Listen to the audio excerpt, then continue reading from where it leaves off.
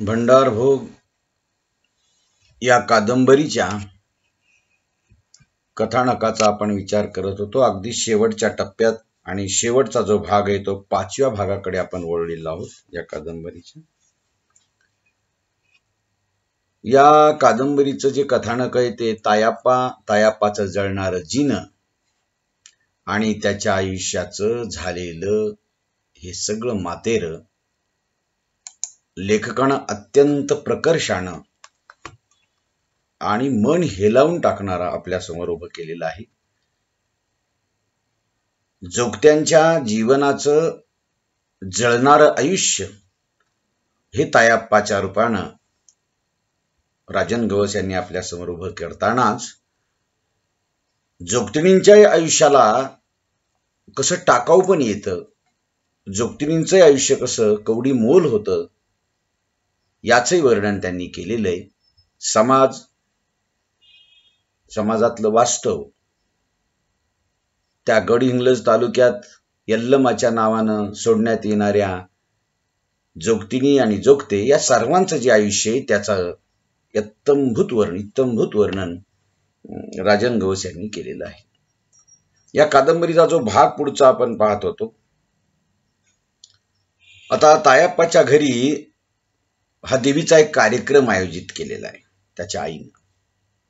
देवाचं करायचं, देवीचं करायचं. आता जोगता आपल्या घरात आहे, वर्षाकाठी कधीतरी केलं पाहिजे. आणि म्हणून तायाप्पाचं हे गरीबाचं घर आहे. राबून शेतात कष्ट करणारा तायाप्पाचा बाप, त्याचा चुलता, त्याची आई, हे सगळं त्यांचं जीवन अत्यंत 18 दारिद्र्यात खितपत पडलेलं आहे. आणि म्हणून सगळेच गावातले परगावचे जोगते जोगतिनी जवळपास 25-30 जोगते जोगतिनी जमलेले. हे जोगते आणि जोगतिनी वर्षाकाठी असेच कुठेतरी कार्यक्रमाच्या निमित्ताने एकमेकांना भेटतात. त्यांच्या आयुष्याचं सुखदुःख ते वाटतात, कारण त्यांच्या आयुष्याचं सुखदुःख वाटणारं दुसरं आता कोण आहे? ज्यांचं आयुष्य कुस्करून टाकलेलं आहे, ज्यांचं आयुष्य नासवून टाकलेलं आहे, अशा माणसाच्या जीवाभावाच्या सोबत्यांचं हे एक जमलेला मेळा आहे.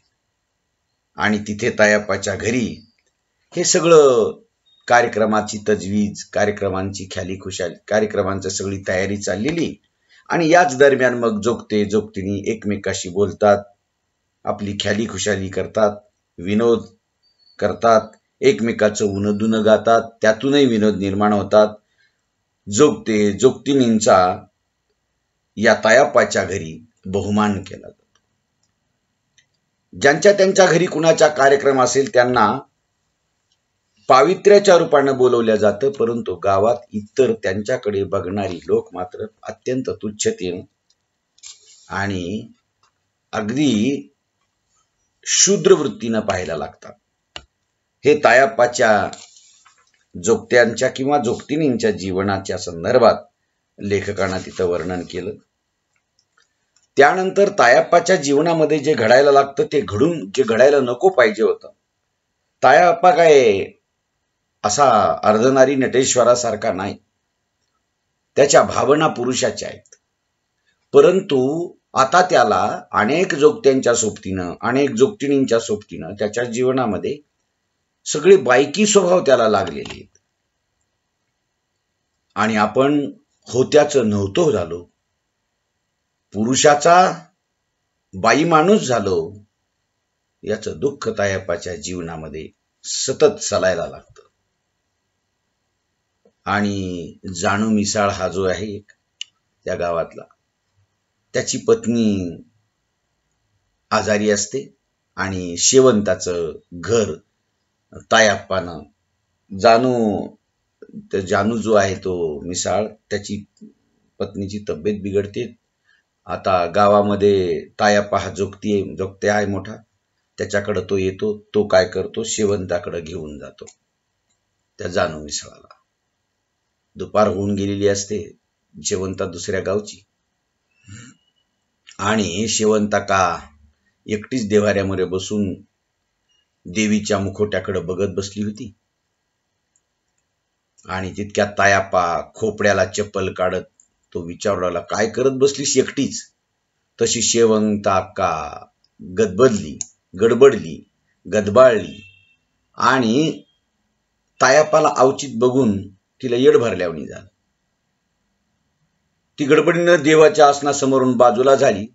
अरे असा कसा अवचित टपकलास तू? असं म्हणून तिनं दांडीवरचं असलेलं एक घोंगडं घेतलं आणि ते भिंतीजवळ आतरलं. आणि तायाप्पाला असं ती म्हटल्याबरोबर तायाप्पा म्हणतो, आलो बाई असाच. असं जानू मिसाळाला बसायला खुनवत तायाप्पानं देवीच्या आसनाजवळ बसायला सांगितलं. हात जोडून उभा राहिला. शेवंताकानं त्याला भंडारा लावला, तायाप्पालाही लावला. आणि शेवंताका खूप थकल्यासारखी त्या तायाप्पाला वाटू लागली. अंग चिपाडागत तिचं झालेलं आहे. तिचंही काय आयुष्य चांगलं आहे का? डोळे खोल गेलेले आहेत. तिच्या कपाळावरच्या कुंकवाला बी सुरकुते आता पडलेले आहेत. आणि शेवंत अक्कावरची नजर हलवत तायाप्पा तिला विचारू लागला, महादुमा कधी फिरलता का? आलता का कधी? ह्याचा जोगती असलेला तायाप्पाचा गुरु. तो एवढंच ती म्हणाली की तुझ्या चोळी काकणाला आलता, तवाच आलता बघ. जाता जाता आलता. तुझ्या घरी कार्यक्रम होता तेव्हा. तुझं सगळं हाय नव बरं? असं शेवंताकानं त्याला विचारलं. तो म्हणतो, हाय ते बरं म्हणायचं की बाई. बघा, बरं म्हणायचं हे फक्त म्हणण्यासाठी असतं. सगळं आयुष्य उद्ध्वस्त झालेलं आहे. आणि सगळं काही ख्याली खुशाली विचारली. आणि विचारल्यानंतर तो सांगतो की आता बाई मी पडलो जोगत्याच्या बहिणीला कोण करल? त्याच्या परास त्यो आमचा नवच म्हटल्यालं बरं म्हणत असतील माझ्या घरचे सगळे. आता त्याच्या घरची, तायाप्पाच्या घरची माणसं तुला जवळ करतात की नाही आता? असं तसं सगळं ती विचारते.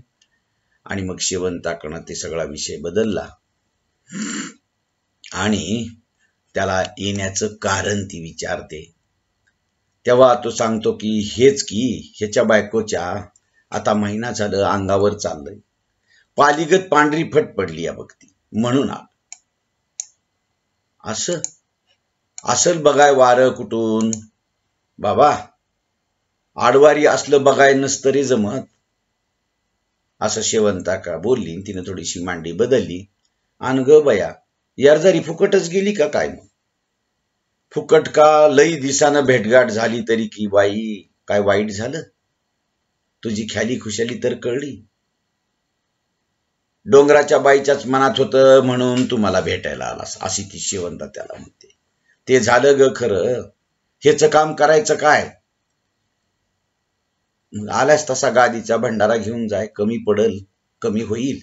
असं म्हणत शेवंताकानं त्या गादीवरचा भंडारा त्याला दिला. तायाप्पा विचारतो, यमन्या नावाचा जोगती कधी आलता का? तू कुठं बेपत्ताच आहे बघ. शेवंताकानं यमन्याचा विषय काढला आणि तायाप्पाची शीर तडकली. एकाएकी त्याचं सगळंच बिघडायला लागलं. अरे असलं धीरण बेपत्ता व्हायला काय झालं? कुठंतरी दारू पिऊन पडला असेल. तो एकदम असा भडकला त्या शेवंताला. तो म्हणला, असं काय बोलतेस? अरे ती म्हणते, तो म्हणतो, किती केलं तर आपल्या जमातीतला आहे. एवढा राग धरून चालत नाही. शेवंत अक्काला त्याला शांताई घालाय गेली. शांततेनं सांगू लागली तसा तायाप्पा अजून भडकू लागला. आणि तायाप्पा म्हणाला, कारण शेवंतानंच तायाप्पाला जोगता सोडण्यासाठी सांगितलेलं आहे त्याच्या आईला. आणि मग आता तायाप्पाला एकतर जोगते सोडतीस तूच, जोगते करायला लावतीस तूच. आणि आता तूच ते जोगता दारू पिऊन पडला असेल, काहीतरी झाला असेल त्याचं, तो वाईटच आहे, तो असाच आहे. अगं आपल्या जमातीतली ही लोक आहेत. असा तो तायाप्पा तिला भडकवून बोलायला लागतो. कारण तायाप्पाच्या डोक्यामध्ये तिच्याविषयीचा रागच व्यक्त होतो. तो तायाप्पा म्हणतो, तुझ्या अशा बोलण्यानंच माझं देखील वाटोळं केलंस ग बाई. तुझं तोंड कधी मातीत मिळते कुणास माहीत. काय म्हणून माझ्या जन्माची तुझी 7.5 लागली आहे म्हणायची ग, असं म्हणत तायापानं हाताचा तळवा जमिनीला असं घास घास घासायला सुरुवात केली. शेवंताकडे त्याच्याकडे नुसती आवाकच होऊन बघायला लागली, कारण शेवंतानंच त्याला सोडायला सांगितलं. क्षणभर तिची मान लढली. आपण काय ऐकतो हेही तिला समजना. ती भिरबाटल्यागत झाली, गोंधळून गेली आणि तिथंच वळवळली. अरे शेवंता म्हणला, अरे तुझं असं काय मी वाईट केलं रे? तसा तायापाचा तोल आणखीन सुटत गेला आणि तो म्हणला, चांगलं केलंस की थेरडे. अगं ह्या वाट्याला लावलंस, अजून काय करायचं होतं? जन्मातलं उठवून टाकलंस मला, माझ्या तोंडात शेण घातलंस. किडे पडून मरशील तू, टाचा घासून मरशील, असं म्हणत तायापण हात पाय आपटायला सुरुवात केली. जाण्यामिसाळ शेणाच्या पुवागत गार झाला. तो आला होता ना सोबत, जानू मिसा. शेवंता का इंगळागत सरस रसली. तिच्या हलणाऱ्या मानेवरचा पदर खाली पडला. पांढऱ्या धोट केसांचा वाक इसकटला आणि ती शांता का त्या तायापाला म्हणाली, ए बुळ्या भाड्या, तोंडावर नाहीतर मातीत घाल बघू ग, घाल, असा तायाप्पा जोरात बोलायला लागतो.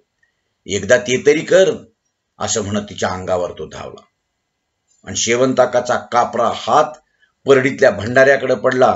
मुठीतला भंडारा ती त्याच्या अंगावर फुकतच आरडली. देवाच्या झाडाला असं तुडवितोस? तुला धिरणी भरू दे, बाहेरलं होऊ दे, जिभत किड पडू दे, असं म्हणत शेवंताका सोप्या भर भंडारा फुकत नाचली. जाण्या मिसाळ्याच्या अंगाचं पाणी पाणी झालं.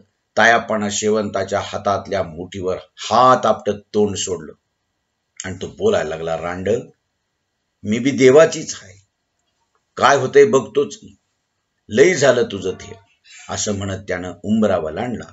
जाण्या कुत्र्यागत शेपूट हलवत त्याच्या पाठीमागं उठला. अख्खी गल्ली तायापाच्या पेट त्या चुलवनागत वाटायला लागली होती. तायापानं अंगावरची म्हणजे तायापा इतक्या रागात तिला का बोलायला लागला, तर त्याच्या आयुष्याचं जणू ह्या शेवंतानंच वाटोळं केलं असं त्याला वाटू लागलं. आणि मग तायाप्पा हा जोग्या होता, पण तरी तो इतर जोग्यांसारखा जोग्या नव्हता. त्याची भूक ही पुरुषाची भूक होती.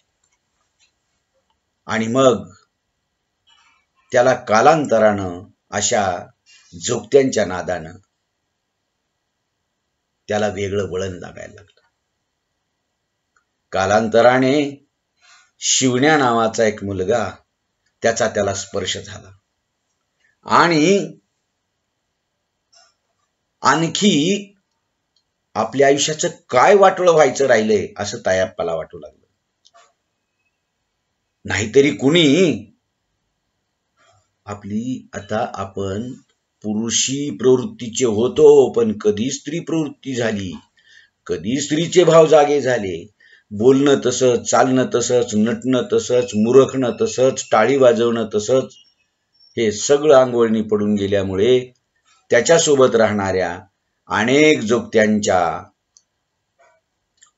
जोगत्यांच्यावर अतिप्रसंग करत असलेल्या तरुण मुलामुळे तायाप्पाला देखील तशीच सवय लागू लागली. आणि तायाप्पा म्हणू लागला, नाहीतरी आयुष्य जळालेलंच आहे, आणखी काय आयुष्याचं वाटोळं व्हायचंय. आणि मग तायाप्पाला वाटतं की कुणीतरी आता आपण बघितला पाहिजे. त्यालाही वाटू लागलं, नाहीतरी जन्म आपला वायाच गेलेला आहे, काय करायचं या जन्माचं. आणि म्हणून तायाप्पा असा तो बोलायला लागतो त्या शेवंताच्या घरून आपल्या घरी आल्यानंतर. आणि नंतर ताणाक्का देखील मग एकदा काय होतं हे असा तायाप्पा बोलून जातो. ताणाक्का नावाची जी तानू सुतारीण होती त्या गावातली एक जोगतीन, ती वारते. ती सांगते की तानाक्का ही अत्यंत सत्पणानं आपलं आयुष्य जगली, सत्पणातच गेली. आणि तिला वाटत होतं की तायाप्पानं आपली गादी चालवावी. तायाप्पासाठी तिचा जीव अडकला होता. ती जीव सोडत नव्हती, तिचा जीव जात नव्हता. आणि तायाप्पानं हातात हात घेऊन तिच्या मरताना सांगितलं की ठीक आहे, मी तुझी गादी सत्पणानं चालवील. आणि मग तायप्पा तिथून पुढे आपल्या आयुष्यामध्ये चांगुलपणानं, सत्व हरण न होऊ देता सत्पणानं आपल्या आयुष्यामध्ये तो जगायला लागतो. आणि ह्या जगण्याचं वर्णन लेखकानं अतिशय सुंदरपणानं केलेलं आहे. आता तायाप्पा ताणाकाची गादी चालू लागला. गावात ताणाका ही गाजलेली जोगतीन होती. मग लोक तायाप्पाकडे त्या ताणाकाची गादी म्हणून दाखवायला येऊ लागले. तायाप्पा ताणाकाची गादी चालवताना असं देवीचं मग बघायला सुरुवात त्यानं केली. त्याला बऱ्याच स्त्रिया याबाबत सत्यता पडताळतात. अनेक घरं मागून कधी नाही ते स्वतःचं घर असलेली गल्ली मागायला धाडस करून तो जातो. आईचा आवाज येतो आणि गडबडून हातातली परटी आदळतो आणि आईची माया जागी होते. तायाप्पा काय करतो नंतरच्या काळात, एक दोन जोगतिनी सोबत जे काय 4 घरं आहेत, 10 घरं आहेत, गाव आहे, मागायचा मागतो. आपापल्या घरी येतो. जे काही उदरनिर्वाहाचं तितकं आलेलं धान्य घेऊन तो दळून उदरनिर्वाह करतो. किंवा परडी मागतो, पीठ मागतो, तेल मागतो, तिखट मागतो. हे असं जगत असतो. एक दिवशी असंच मागता मागता स्वतःचंही घर मागतो. आता भ्यायचं कशाला, हे आलेलंच आहे आयुष्याला जन्माला, तर मागितलं पाहिजे म्हणून स्वतःच्या घरी तो मागतो. पण त्याला मागताना अत्यंत वाईट वाटायला लागतं. तो आपली परडी जोरात आदळतो आईच्या पुढं आणि आईची माया जागी होते. आई त्या तायाप्पाला समजावणीच्या सुरात सांगायला लागते. आणि मग तायाप्पा तिथून निघून जातो. हे जोगत्यांच्या जीवनातलं सत्य आहे. जोगते असो, जोगतिनी असो, जे काय असेल ते मागायचं, मागून घरी न्यायचं, खायचं. आला कोणी देवीच्या संदर्भानं कुठं कार्यक्रम, तिथं जायचं नाही. तर ह्याचं त्याचं याचं काय चाललं जोगत्या जोगतिनींचं ऐकत बसायचं. आला कोणी भेटायचं आणि कुणाचं काही दुखत असेल, खुपत असेल तर त्याचं बघत राहायचं. हे आपल्या आयुष्याचं गमक, हे आपल्या आयुष्याचं जगणं समजून ते जगायला लागतात. आणि ताणाकाची गादी चालवताना अनेक स्त्रिया त्याच्याकडे येऊन कोडं काढायला लागतात. भंडारा तो त्याला द्यायला लागतो. तो देवीचं काही ना काही प्रत्येकीला करण्याचं सांगत असतो आणि तो असं सांगून त्यांचं समाधान करीत असतो. असा हा तायाप्पा चालू जाऊ लागतो. नंतर एकदा असेच जोगत्यांचं आयुष्य सांगताना लेखक म्हणतो की राघू नावाचा एक जोगती होता. त्यानं खूप दारू पिली, इतकी दारू पिली, ही जी लोक आहेत ना, आपल्या आयुष्याला आलेले भोग भोगताना, हे जगत असताना, आयुष्यातल्या सगळ्या दुःखाला पदरी घेऊन जगताना त्यांना कुठंतरी ते विसरावं वाटत असेल की काय. आणि म्हणून ते बोलणार कुणाला, सांगणार कुणाला, म्हणून दारूच्या व्यसनी होऊन ही अशी जोगती वाहत जातात किंवा वाहवत जातात. मग त्यानं इतकी दारू ढोसली त्या राघू जोगत्यानं की त्याला संडास उलटी झाली. गड इंग्लजला त्याला दवाखान्यात ऍडमिट केलं. तो सिरियस झाला. सगळेच जोगते तिथं जमा झाले. तायाप्पा दररोज त्याच्या सोबत असलेल्या लोकांची भाकरी घेऊन यायला लागतो. जोगत्यांच्या आयुष्याविषयी बरंच काही आपणाला या ठिकाणी कळतं. तायाप्पा किंवा तायाप्पाच्या आणि ताणाप्पाच्या किंवा त्या यमन्याच्या, त्या महाद्याच्या किंवा महादा या जोगत्यांच्या रूपानं या सगळ्या गोष्टी इथं कळायला लागतात. आणि मग हा जो राघू जोगती सांगायला, म्हणजे तो आजारी पडल्यानंतर एकमेकाला सांगायला लागतात आपल्या जीवनाचं वाळवण झालेलं आहे. आपलं वलं झाड समजून आपल्या आयुष्याला जळावं लागतंय, हे आपल्या आयुष्याचं सत्य आहे. आणि मग कासाराची एक विमल नावाची मुलगी असते, तिला जोगतीन बनवायचं आता चाललेलं आहे. आणि तो विधी तायाप्पा करायला लागतो. जोगती बनवण्याचा सर्व काही पारंपरिक पद्धतीने करतो. आंब्याचा ढाळा, जांभळीचं सगळं ते घेऊन येतो आणि तायाप्पा तिला जोगतीन बनवण्याचा कार्यक्रम करतो. एक दिवशी या जोगत्याचं आयुष्य नाकारणारा, जोगतीनींचं आयुष्य नाकारणारा हा तायाप्पा हळूहळू इतका गढून जातो की ते आपल्या आयुष्याचं आता उरलंच काय. जे जगायला मिळालं आता ते नको पाहिजे होतं, पण बंड आता कटायचं तरी कसं, म्हणून ही माणसं परंपरेनं अशी खितपत पडून मरत राहतात.